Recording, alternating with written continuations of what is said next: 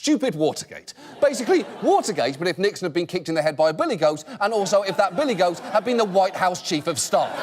And the reason we're talking about this is that on Thursday, the Mueller report was finally released. It was over 400 pages long, and many in the media chose to make a feature of processing it in plain sight. Once the Mueller report had actually been read, it became clear that there was a lot in it. But the report said several actions by the president were investigated as potentially amounting to obstruction of justice. And some of the details in this report were incredible. When Trump learned that special counsel Robert Mueller was appointed, he slumped back in his chair and said, "Oh my God, this is terrible. This is the end of my presidency. I'm effed." I'd like to take some artistic license to fully paint that scene for you. Trump, upon learning Robert Mueller was appointed, slumping back in his chair. Meanwhile, Ivanka is playing fetch with Don Jr.